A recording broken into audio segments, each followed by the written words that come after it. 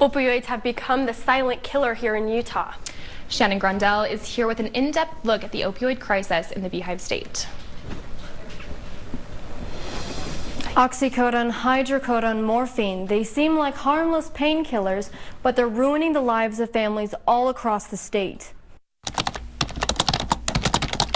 Steve is a hard worker, husband, and father, but it's been a long road to get where he is now. Tons of time away from my family, but years and years of not being present to actually have the memories I wish I had. There's a couple times I thought it was going to cost me my life.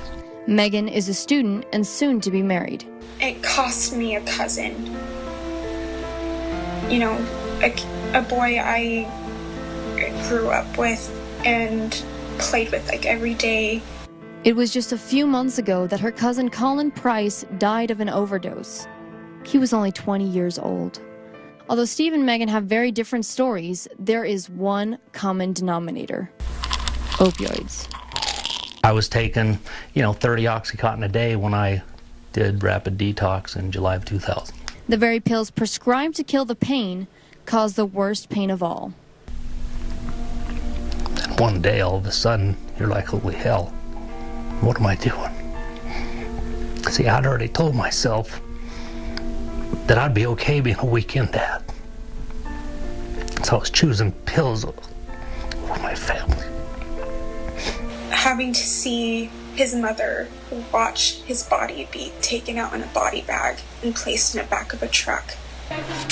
But it's not just Utah battling this opioid crisis. Trump has declared it a national emergency.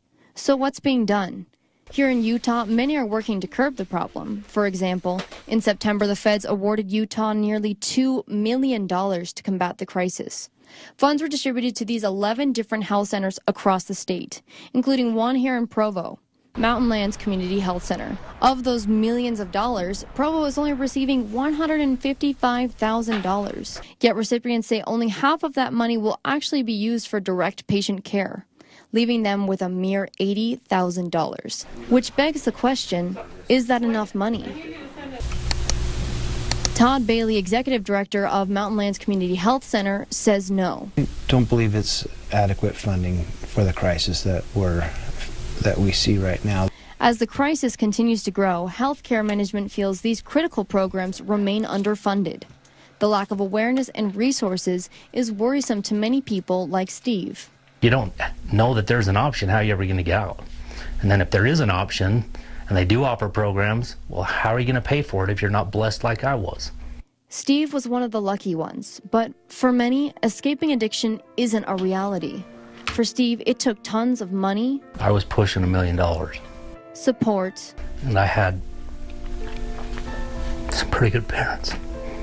And courage. The reality is that there are 6 Utahns just like Colin that lose the fight each week to this harrowing addiction. God just didn't want his son to suffer, so he brought him home. According to the Utah Department of Health, 6 Utahns die each week of an opioid overdose, and it only takes 1 week to get hooked.